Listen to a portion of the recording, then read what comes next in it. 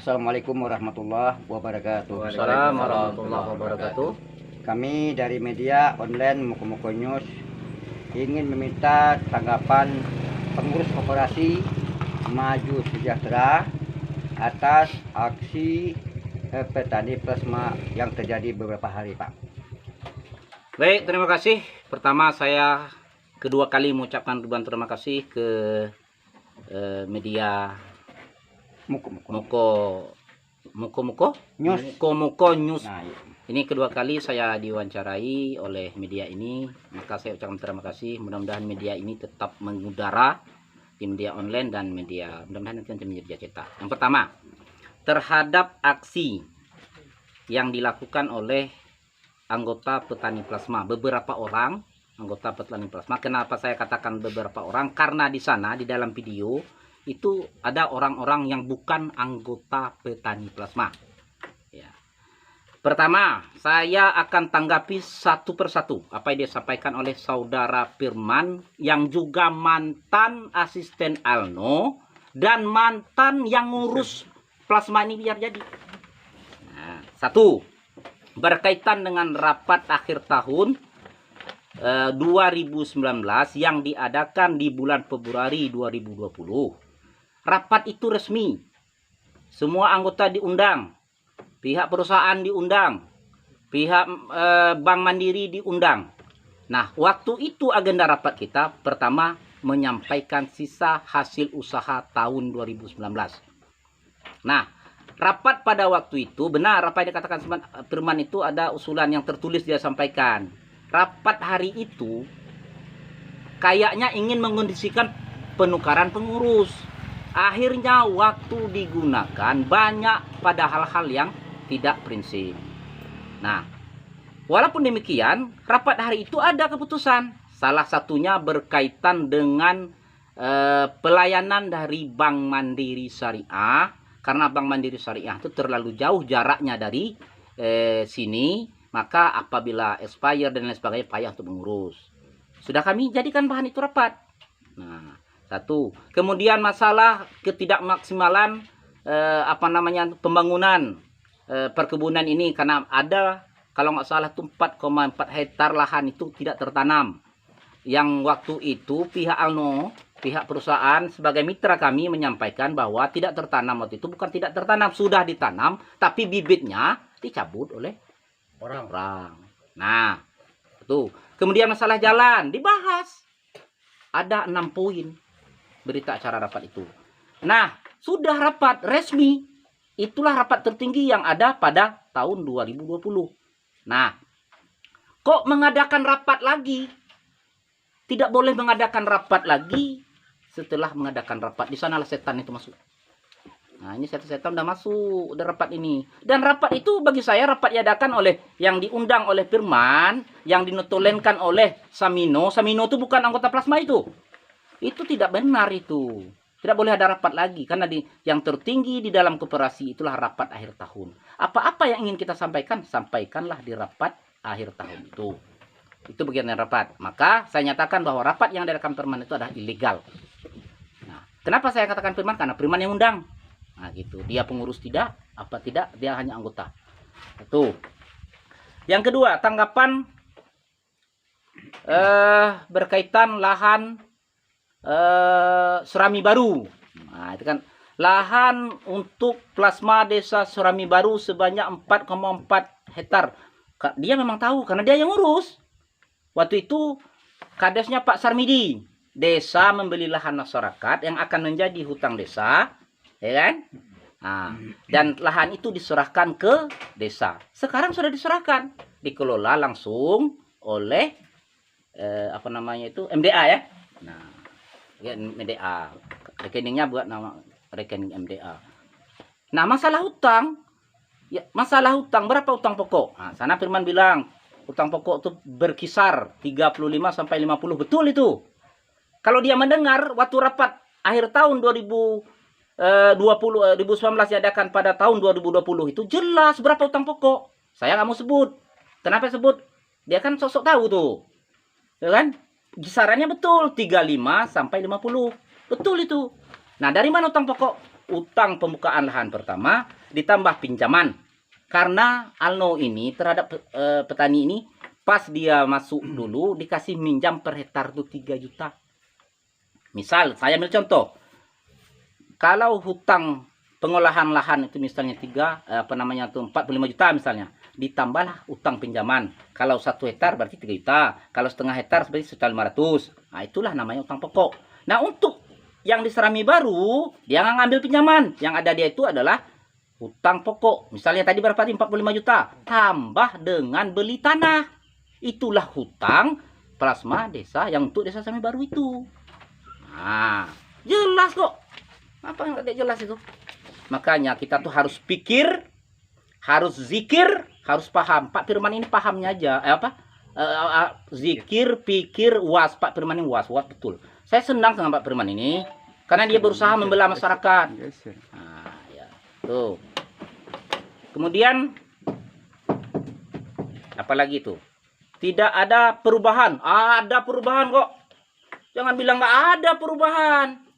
Lahan itu udah mulai di apa? Yang tidak ada perubahan itu pencurian. Nah, itu payah merubahnya. Di atur rapat itu dibuat ketentuan siapa yang bisa menangkap orang yang mencuri di lahan plasma dibayar 2 juta dan tidak ada perdamaian. Sekarang itu lahan yang diserahkan oleh masyarakat ke koperasi menyerahkan ke perusahaan itu tidak bisa dipanen pribadi. Itu secara hukum. Makanya pikir harus tahu. Nah, secara hukum salah. Siapa yang memanen lahan itu pribadi, walaupun dia punya lahan dia, tapi sudah diserahkan. Di dalam lahan dia itu tetap lahan anggota yang 150 itu ada. Nah, itu. Nah, itu yang tidak berubah, yang mencuri itu tidak berubah. Nah, kalau perubahan ada. Terus, apalagi? Tenaga kerja. Yang kerja di sini adalah umumnya adalah petani plasma. Ya kan? Pak Nurul, itu petani plasma itu. Sadri, petani plasma itu. Mereka sendiri yang bodoh. Pasti Sadri, dia mandor. Ya kan? Udah tahu ini kebun kita. Jangan dibiarkan orang pulang cepat. Nah, itu yang saya tekankan perusahaan. Saya sudah pernah briefing pagi-pagi ke perusahaan itu. Pak Zainal ada di sini nih briefing. Subuh-subuh saya briefing di sini. Nah, kalian enak dapat gaji kerja di sini, kalian ya salahkan oleh masyarakat anggota kita itu kami pengurus yang dapat gaji kalian. Nah, dipecat dia punya kebun, ngamuk lagi tuh, mengandang lagi, sambil kerja tidak baik. Nah, apalagi kartu diblokir, bukan blokir. Blokir dengan expired beda. Kalau blokir saya tuntut lah Bank Mandiri Syariah itu. Apa haknya memblokir kartu anggota saya? Expired. Hampir semua bank itu BRI, BPD, kartu itu expired agar ditukar. Nah, karena ini ATM benar itu urusan pribadi. Bukan artinya pengurus dan perusahaan tidak mau mengurus, mau. Itu kan nanti kan dikuasakan. Pada waktu itu sudah saya kumpul. Nah, pas saya ngumpul itu sudah dikumpul, saya ini disuruh jadi cemanaknya, ngurus. Kemudian dia rapat, rapat ini nih, rapat ini bilang Firman tuh. Nah, kalau bahasa kami sapu untuk jadi cemanak, gaji cuma 300 bule dari tahun pertama sampai sekarang tidak berubah. Nah, silakan lihat di Empois, di Kerani, ada nggak tambahan gaji ketua? Ya, agar fitnah tidak bersebar. Kalau fitnah bersebar, muka Allah jatuh nanti. Nah, masalah hutang. Masalah hutang nanti rapat akhir tahun kita tanya sama perusahaan. Terbuka kok perusahaan sampaikan. Berapa hutang pokok, berapa tinggal hutang. Nggak bisa kita nyata-nyatakan sedemikian.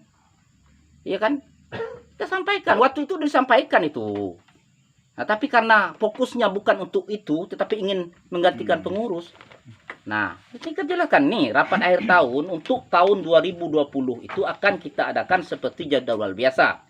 Jadwal biasa itu bulan Februari, akhir Februari atau awal Maret. Di sana kita minta.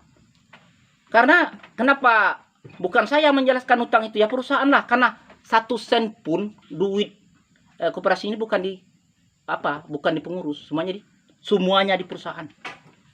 Kami cuman betul kata tanggap saya wawancara yang disampaikan oleh Pak Manajer bersama KTU itu. Kami verifikasi mana yang nggak sesuai Dulu pernah kami tuh nggak sesuai tuh. Ada Hauka ini. Ribut dulu. Kami nggak sesuai. Ribut, bawa sana. Yang kerja siapa? Siapa yang buat Hauka bertambah itu? Ya orang plasma tuh lah. Kerja dia, kerja di sini, punya kebun, Hauka ditambah. Nah, itu ribut dulu tuh. Tapi selesai. Kemudian kami aplikasi misalnya ada yang nggak masuk akal. Nah, itu yang kami aplikasi. Terus apa lagi nih? Aduh. Selanjutnya. Tadi saya sering menyebut masalah pertukaran pengurus. Ya Allah, ini jabatan dunia ini. Saya kalau diizinkan oleh kawan-kawan ini mundur, sekarang saya berhak mundur. Mau saya mundur itu. Kenapa? Saya ingin yang memimpin plasma ini bagus. Oke, kesimpulan dari anggota pengurus tidak bagus. Mundur, ikhlas karena Allah Subhanahu wa taala tidak akan dendam, saya mundur. Apalagi Firman ini, tapi jangan Firman yang ngurus. Firman itu kalau diletak pengurus rugi kita. Tidak ada yang mau ngasih lagi nanti. Kita potensi dia itu kalau menurut saya pas dia ngawas. Biar aja dia tim independen pengawas plasma. Bagus, dia bagus itu. Nah. Terus yang selanjutnya, tapi ya janganlah, kita tidak ada etika lah mundur-mundur, tarik-tarik seperti itu kan. Ada rapat akhir tahun, kita kan punya ADART, rapat akhir tahun, pilih. Mana yang disukai oleh anggota, itu yang kita pilih jadi pengurus. Baik. Oke. Waduh. Apa memang benar pengurus koperasi tidak ada keterbukaan terhadap anggota? Misal adalah data keuangan koperasi. Mohon tanggapannya. Siap. Masalah keterbukaan. Betul apa yang disampaikan Pak Manajer. Ini saya dikala saya sering membetulkan ini lah timbul asumsi kong kali kong kata orang kan. Kalau uang itu sama kami yang ngatur. Ini kan uang kan di perusahaan. Ya kan? Kami memverifikasi. Verifikasi mulai saudara Sandi yang jadi kerani pas ganti makmur, Sandi. Itu employees ada semuanya. Tapi sebelum itu employees tidak tertib. Ada misalnya tidak tertib. Sekarang lihat employees. Silakan rumah Sandi di Desa Air Merah. Tanya, lihat employees. Di fotokopi pun boleh. Tapi nggak mungkin lah saya pergi ke rumah Pak Nurul sebagai petani plasma. Pak, ini kenapa? Saya ribut dengan orang Bank Mandiri. Saya ribut sama Bank Mandiri itu. Saya sudah ribut sama Bank Mandiri. Nggak mungkin lah saya cerita seperti itu. Kapan saya ceritakan? Di rapat akhir tahun. Nah, apa lagi Pak? Ini memang kebun plasma akhir-akhir ini dirawat dengan tidak seharusnya. Itu menurut mereka. Tidak maksimal gitu kira seperti itu. Apa benar itu? Kalau saya menilai, ya kan, saya boleh bandingkan. Di kita ini ada 3 plasma, ya kan. Biar ini maksimal atau tidak, harus ada perbandingan. Agro, Alno, DDP, ya kan. Yang agak bagus sekarang administrasi itu kan Agro.